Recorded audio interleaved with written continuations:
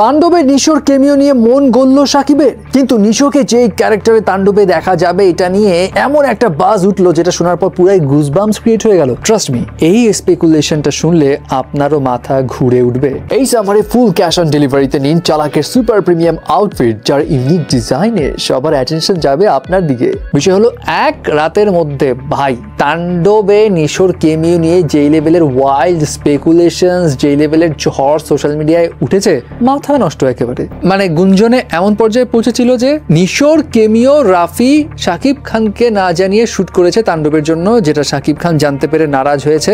সে তাণ্ডবের বাকি অংশে শুট করবে না বলে দৃঢ় মনোভাব নিয়েছে যতক্ষণ না পর্যন্ত রাফি নিশোর কেমিওর অংশটুকু বাতিল ঘোষণা করবে। কিন্তু আজকে কালের কণ্ঠে রিপোর্টস বলছে শেষ পর্যন্ত শাকিব খানের মন গলেছে। রাফি শাকিবকে বোঝাতে সমর্থ হয়েছেন যে নিশোর যে অংশটুকু রয়েছে সেটার তার পরের সিনেমার একটি চরিত্র, যেই চরিত্র দূর দিয়ে হেঁটে যাবে, এবং এরপর একদিন বিরতি রেখে আজ তাণ্ডবের শুটিং এ অংশ নিচ্ছে শাকিব খান। সবই ভালো কথা। এখন তাদের এই বিষয়ে আসলে যদি সত্য হয়ে থাকে তাহলে তো বোঝা যাচ্ছে নিশো এবং শাকিবের মধ্যে আসলেই হয়তো এক ধরনের কোল্ড ওয়ার এখনো বিদ্যমান, অথবা প্রমোশনের খাতিরে কোনো একটা এমনি বাজ ক্রিয়েট হতে পারে। এখন যাই হোক, পার্সোনাল সমস্যা থাকুক বা না থাকুক, ইন্ডাস্ট্রির স্বার্থে মিলেমিশে কাজ করুক, এটা অনেকের চাওয়া। বাট বস, এর মাঝে আরেকটা ওয়াইল্ড থিওরি বের হয়ে আসলো। কিছু গ্রুপে বলা হচ্ছে নিশো এখানে তার এক পুরনো সিনেমার ক্যারেক্টারে ফিরবে। কোন সিনেমা বলেন তো? সুড়ঙ্গ। Yes, you heard that right. বলা হচ্ছে তাণ্ডব সিনেমায় আফরান নিশো নিজের প্রথম সিনেমার চরিত্র মাসুদ ভূমিকায় কেমিও দিয়েছে। তবে সিনেমায় শাকিব খান এবং আফরান নিশোকে একসাথে স্ক্রিন শেয়ার করতে দেখা যাবে না। শোনা যাচ্ছে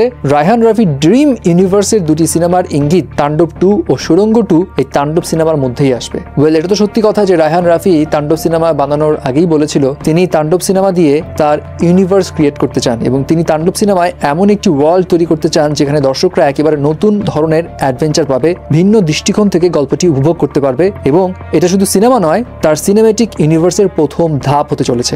সো এমনটা হলে হতেও পারে, নিশোর ক্যারেক্টার হয়তো এখানে থাকতেও পারে মাসুদ চরিত্রে, হু নোজ।